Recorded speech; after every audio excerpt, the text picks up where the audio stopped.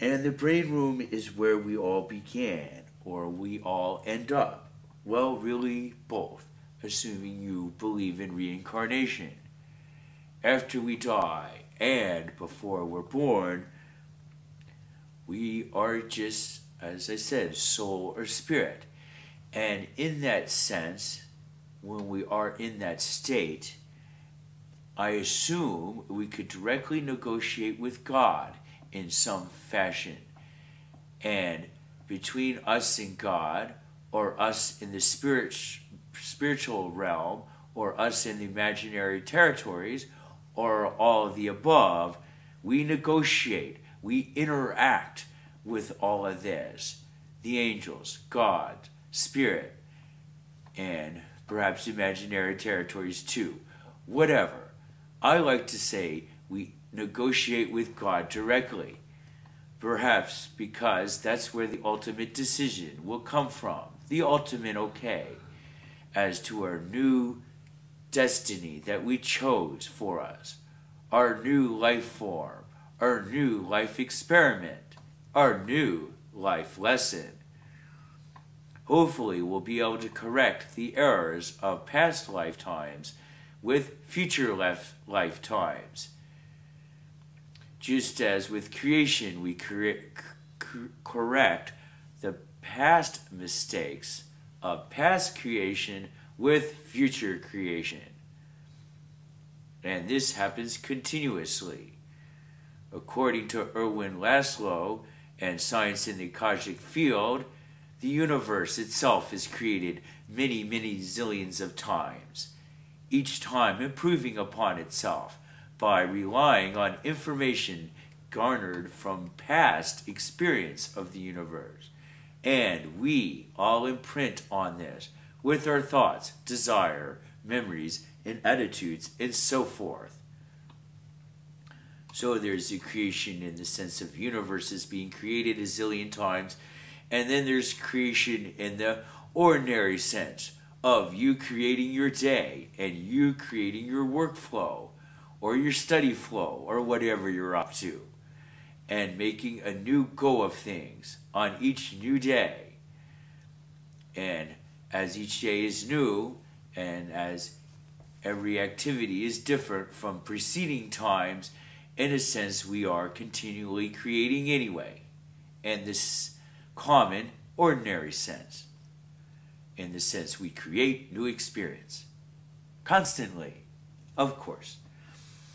Anyway, so as I said, in the brain room we negotiate our future existence with God.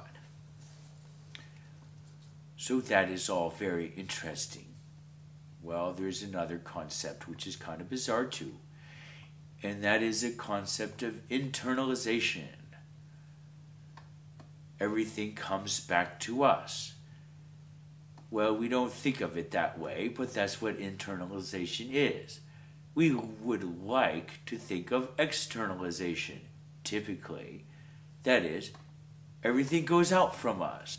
Everything flows out from us as we reach out and interact with the world and create our new experiences, try to shape our new experiences at least, and the rest of the world and the cosmos, etc., create our experiences with our help, but we try to shape things. And so we're constantly reaching out and shaping things and interacting with people. That's externalization. We are reaching out. Well, don't forget things could reach back to us. And in fact, they do. We just don't think of it. But as we affect everything else affects us. And everything else comes back to us. Comes back to us as an individual, as a small individual. For the individual is smaller than the body. This is my assumption here with this internalization scheme. So it's almost like the individual is a point, and everything is converging on this point of the true individual self. It is hard for me to think about this in a true concentrated fashion for more than 5 or so seconds. And to really maintain this in concentration, that everything is coming to you in what you truly are, which is almost nothing. Try to think about it yourself. Anyway, sometimes it's a little bothersome, so I guess that's why I can't do it more than 5 seconds. Anyway, so we reach out in our constant creation as we interact with God. For my assumption is that with this imaginary territories, we are on a mission, and we are on a mission with God. So with this mission we are on with God, if this is truly the case, then God is on our side. We are on God's side, and we are all working together. Great. My assumption is, chances are, you'll fare well if this is the case. And on the opposite sense, if you're working against God and your mission is the opposite of what God's mission is, then chances are you won't fare too great. And so on and so on. Sure. And what's God's mission? Well, to spread compassion, acceptance of all things, good and bad, and to spread love.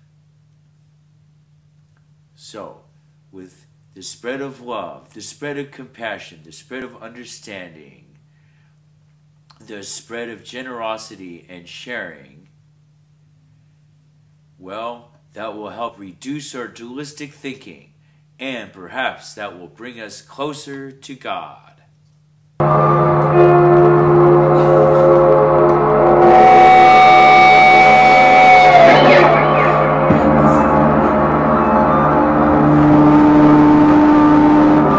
Casey Waters Show.